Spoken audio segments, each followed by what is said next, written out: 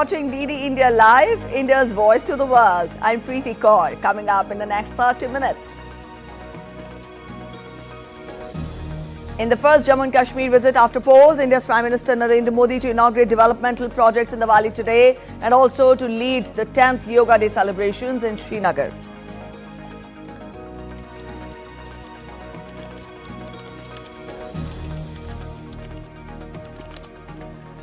India's External Affairs Minister Dr. S. Jaishankar to visit Sri Lanka. The visit to add momentum to connectivity projects and other mutually beneficial cooperation across many sectors.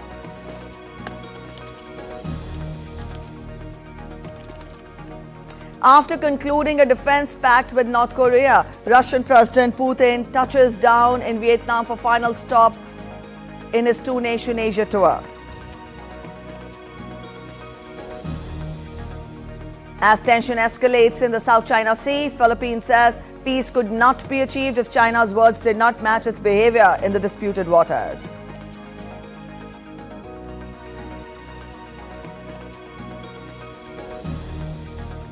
Unrelenting heat waves smashed records across the globe. 80 million people in the US under the heat advisory as New York opens schooling centers. More than 550 people died during Hajj pilgrimage in Saudi Arabia.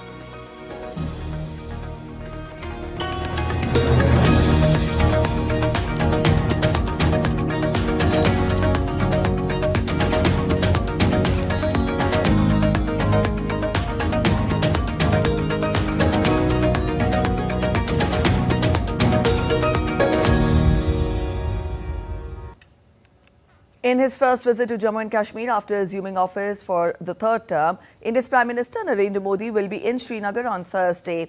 During his two-day visit to the Union Territory, the Prime Minister will participate in Empowering Youth, Transforming Jammu and Kashmir event in Srinagar on Thursday evening. He will inaugurate and lay the foundation stone of multiple development projects in Jammu and Kashmir. Prime Minister will also launch competitiveness improvement in agriculture and allied sectors project. The Prime Minister during his visit will also distribute appointment letters to more than 2,000 youth for different government services.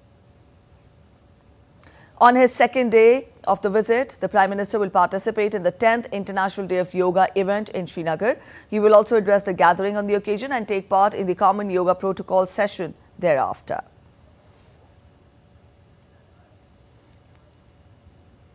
India's External Affairs Minister Dr. S. Jaishankar will reach Colombo today as part of his official visit to Sri Lanka. During the visit, Dr. S. Jaishankar will have meetings with leadership of Sri Lanka on wide-ranging issues of mutual partnership. This will be Dr. S. Jaishankar's first bilateral visit after the formation of the new government under Prime Minister Narendra Modi. Reaffirming India's neighbourhood-first policy, the visit underlines India's continued commitment to Sri Lanka as its closest maritime neighbour and time-tested friend. The visit will add momentum to connectivity projects and other mutually beneficial cooperation across different sectors. Indian External Affairs Minister Dr. S. Jaishankar met a US congressional delegation in New Delhi on Wednesday. He said that he appreciated the leader's strong support for India-US strategic partnership. Led by Representative Michael McCall, the bipartisan delegation comprises of former House Speaker Nancy Pelosi. Earlier, the delegation met Tibetan spiritual leader Dalai Lama in Dharamshala. India's Prime Minister Narendra Modi on Wednesday highlighted the Union Cabinet's decisions to increase the minimum support price on 14 kharif crops and development of Lal Bahadur Shastri International Airport in Varanasi. Prime Minister Modi, in a social media post, said that the government is committed to expanding connectivity across the country. He added that the airport will make the lives of the people of Varanasi easier, as well as provide great convenience to the pilgrims visiting Kashi. The Prime Minister also underlined the approval of Viability Gap Funding Scheme for offshore wind energy projects off the coasts of Gujarat and Tamil Nadu and the development of a major port in Vadhavan in Maharashtra.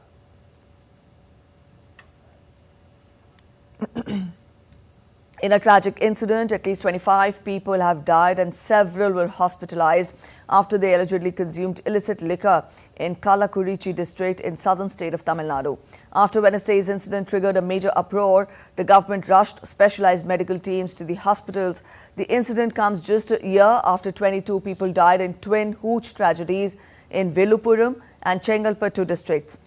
Chief Minister M.K. Stalin expressed shock over the deaths and said that the action has been taken against officials who failed to prevent it.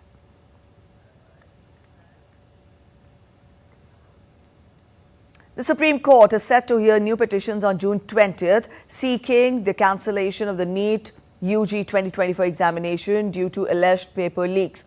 Now, this controversy has led to protests and complaints, particularly after 1,563 candidates received grace marks and 67 students secured a perfect 720.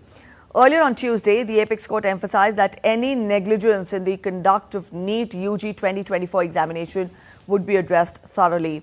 The Supreme Court also noted that the litigation concerning the exam would not be adversarial, recognizing the hard work students put into preparing for this medical entrance test.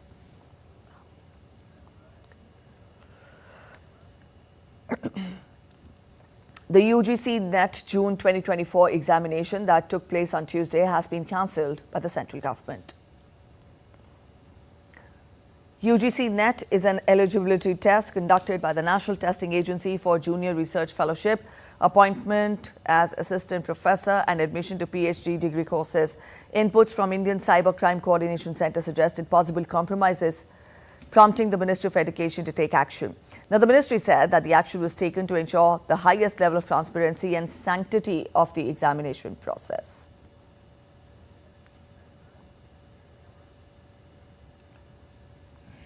At least 5 people died of heat stroke in New Delhi as North India continues to reel under a severe heat wave. Doctors have warned that elderly people are more susceptible to heat stroke. On Tuesday, nighttime temperature in Delhi soared to a record high of 33.8 degrees Celsius. The city has been recording above 40 degrees Celsius temperature during the day.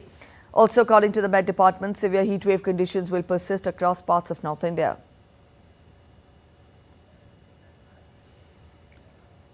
Water levels of major rivers in the northeastern Indian state of Assam are on the rise as heavy rains continued in the region. On Wednesday, a number of villages reeling underwater reached up to 979 in as many as 19 districts. Almost 3 lakh people have been affected. On the weather forecast, IMD has issued orange alert for Assam, Meghalaya, Arunachal Pradesh for Wednesday. All right, a quick look at other stories making it to the headlines from across India now. An Indian national working as a farm labourer in Italy's Latina died on Wednesday following an accident that severed his arm. Identified as Satnam Singh, the man was dumped along the road without being attended to. The Indian embassy in Italy said that efforts are underway to contact the family and provide consular assistance.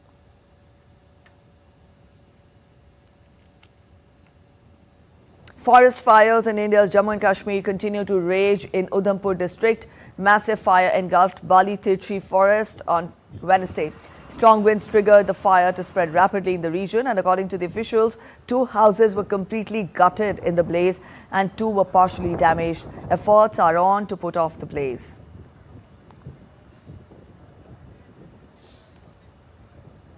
Let's turn focus to some international updates now. After concluding a defense pact with North Korea, Russian President Vladimir Putin touched down in Vietnam early on Thursday for talks with the country's communist leaders on the final stop of his 2-nation tour of Asia.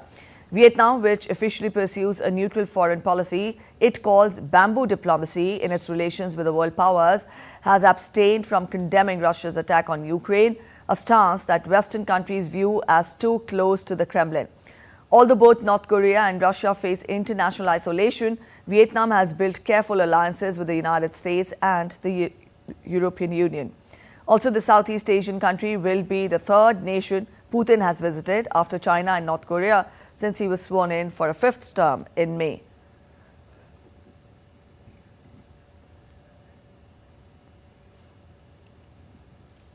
Russian President Vladimir Putin has wrapped up his trip to North Korea. He received a full-blown official welcome and spent more than 10 hours negotiating. He later signed a new document that elevates the relations between the two countries to a higher level. The importance of the visit goes beyond bilateral relations because both the countries have increased attention of key world powers. Dasha Chernyshova has more from Moscow. The Russian President Vladimir Putin and the North Korean leader Kim Jong-un have signed a comprehensive strategic partnership agreement that includes a vow of mutual assistance if either is attacked. The document was finalized on Wednesday after hours of talks in Pyongyang with delegations and tete-a-tete. Putin said in accordance with the document, Russia could have military technical cooperation with North Korea. Kim Jong-un said the agreement is of a peaceful and defensive nature and would become a driving force accelerating the creation of a new multipolar world.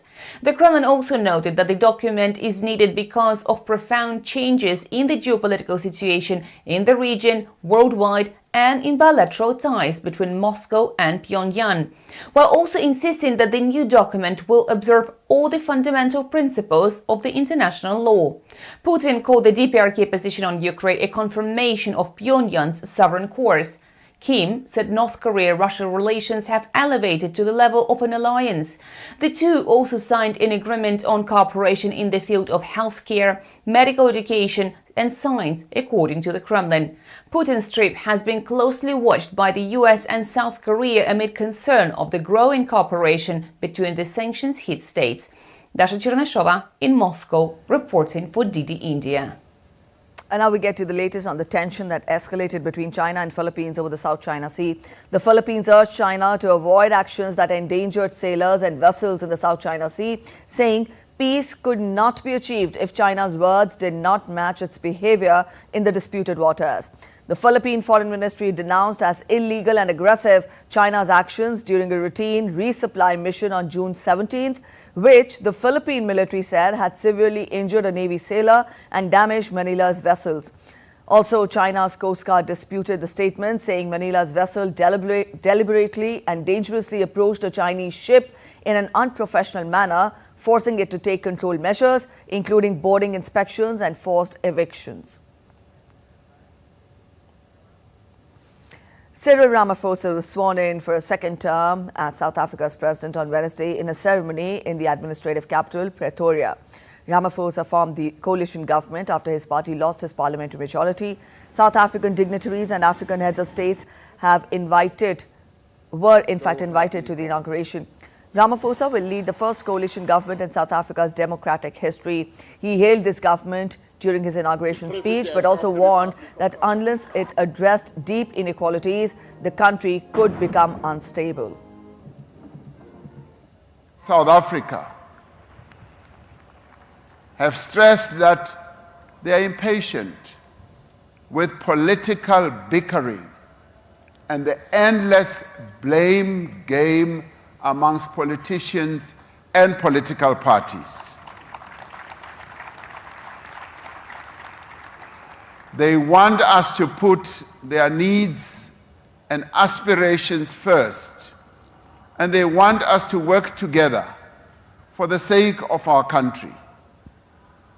Today, I stand before you as your humble servant to say that we have heard you. Residents displaced by violence from the southern Mexico marched on Wednesday to demand that the government allow them to return safely to their homes. Residents walked through the streets of Yaxchilon, holding signs and balloons with messages of peace and justice, where they are currently taking shelter. On the night of June 4th, dozens of heavily armed men arrived in trucks in Tila and began shooting at homes and businesses and setting buildings on fire. The violence in Tila lasted 3 days until June 7th, when the army arrived. All of Tila's inhabitants, some 4,000 people, fled their homes. Residents said that violence has increased in recent years, along with drug trafficking and extortion. Chad's President Mohamed Idris Deby on Wednesday visited the site of a deadly ammunition depot explosion in the capital. The blasts on Tuesday night, triggered by a fire at the depot near the airport, killed at least 9 people and wounded over 46 others. The cause of the fire was not immediately clear, and President Deby said An investigation would be conducted. Debbie expressed condolences to bereaved families and said that the injured would receive state care as he called for future military storage sites to be located outside the cities. You're watching DD India Live. We're heading for a short break, but after the break, Ecuadorians finally heave a sigh of relief as power was restored in the South American nation after a nationwide electricity outage crippled daily life chores. Stay with us for a special report on yoga ahead of the International Day of Yoga on 21st of June. India face Afghan challenge today in the Super 8 of the ICC Men's T20 World Cup.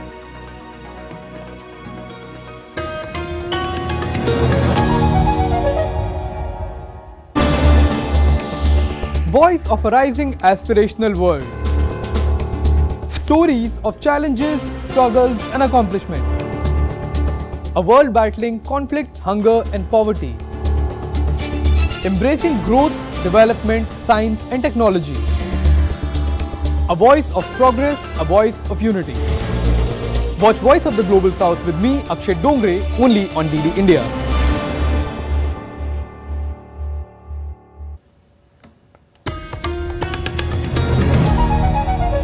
Welcome back after the break. You're watching DD India Live and I'm Preeti. Let's continue getting you more international updates.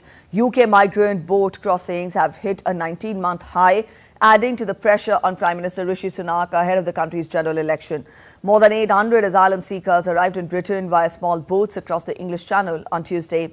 Now that is the highest single-day figure to make the journey from France since late 2022. DD India's Ollie Barrett gets us more from London.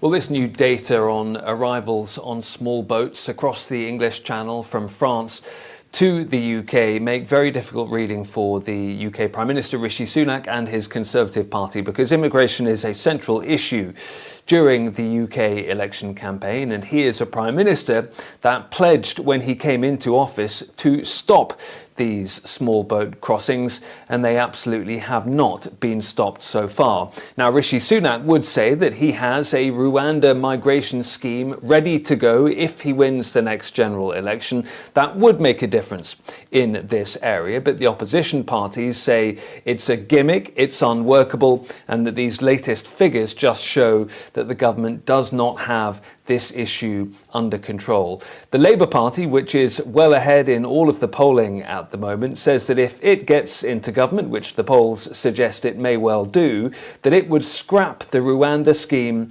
entirely. That plan that the Prime Minister hopes will see some asylum seekers removed from the UK and sent to Rwanda to pursue their asylum claims there. Labour says they would scrap it and bring in other measures designed to tighten up border control and get on top of overall net migration numbers, but particularly illegal immigration. The right-wing Reform UK party, led by Nigel Farage, says that neither of the two major parties would do enough to get on top of immigration, and it believes that immigration is why Reform have been performing well in several polls recently. Nigel Farage, the leader of Reform UK, looks set, according to the polling, to be returned as an MP himself in the seat of Clacton on the south coast of England. All of this means that migration remains a central theme in the election campaign. The UK election on July the 4th is now just 2 weeks away. Ollie Barrett in London reporting for DD India.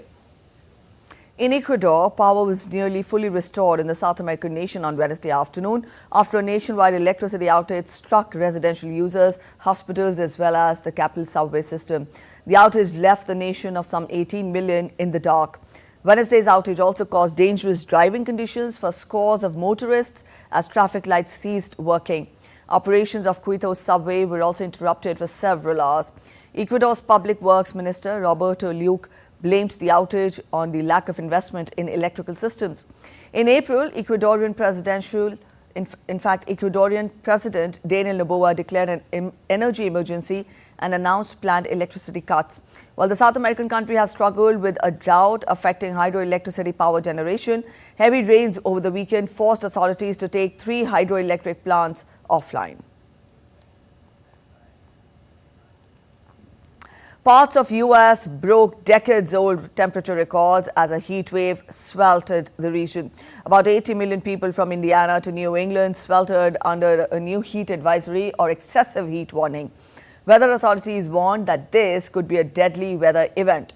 New York governor activated the state's Emergency Operations Center in response to high temperatures till weekend.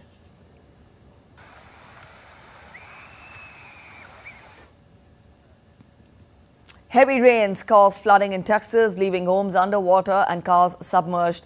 Tropical storm warning is currently in effect for the Texas coast.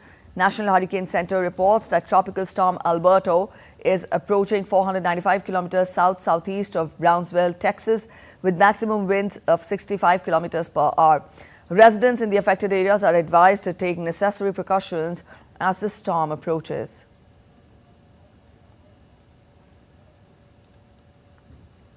Nearly 2 million Muslims will reach the end of the Hajj pilgrimage this week, but extreme heat has proved fatal for hundreds who began the journey last Friday in Mecca, Saudi Arabia. At least 562 people have died during the Hajj due to flaming heat. Egypt alone has registered 307 deaths and another 118 missing as temperatures soared past 51 degrees Celsius. Climate scientists say such deaths offer a glimpse of what is to come for the tens of millions of Muslims expected to come in the decades to undertake the Hajj pilgrimage.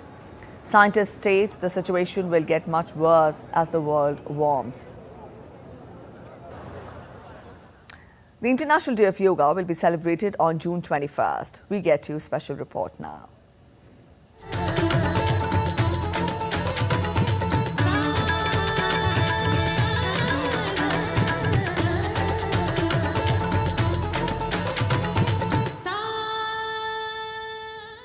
Every year on 21st of June, we observe International Day of Yoga on different themes.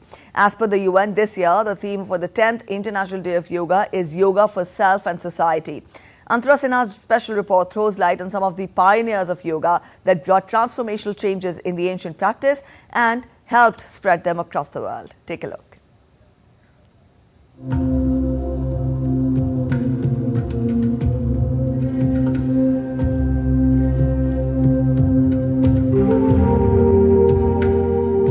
From its mythical origins with Lord Shiva as Adi Yogi to its global presence now, yoga is a multifaceted discipline that continues to inspire and transform lives worldwide. Its journey through history reflects a blend of spiritual heritage, making it a timeless and universal path to holistic well-being and inner realization. In the past decades, the practice of yoga in India has undergone a profound evolution, influenced significantly by several prominent gurus who have left an indelible mark on both the practice and its global dissemination. One of the foremost figures in this resurgence was Swami Shivananda Saraswati, who founded the Divine Life Society in Indian state of Uttarakhand's Rishikesh.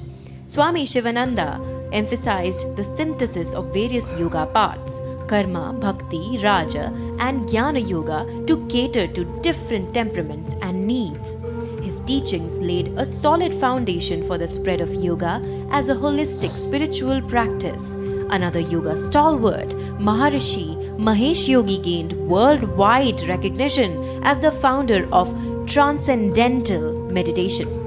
While not strictly a traditional yogi, Maharishi Mahesh Yogi popularized meditation techniques derived from Vedic traditions and brought them to a global audience, including celebrities and public figures. Discipline means a way towards physical, mental, moral and spiritual discipline. One of the people who brought yoga to the West, BKS Iyengar, was instrumental in popularizing yoga as a form of physical exercise with his emphasis on precision and alignment. His style, known as Iyengar Yoga, focuses on using props such as belts, blocks, and blankets to facilitate correct alignment in various yoga postures, making it accessible and beneficial for practitioners of all ages and abilities. Indian American Hindu monk Yogi and Guru who introduced millions to meditation and Kriya Yoga, Paramhansa Yogananda, played a pivotal role in introducing yoga and meditation to the West through his seminal work, Autobiography of a Yogi. His teachings continue to inspire millions around the world seeking spiritual growth and self-realization. Along with traditional methodologies of yoga across the world, modern yoga started getting into the systems of the country beginning in the 19th century. Yoga proponents modernized yoga through creative processes. Together, these gurus have contributed immensely to the global popularity and understanding of yoga.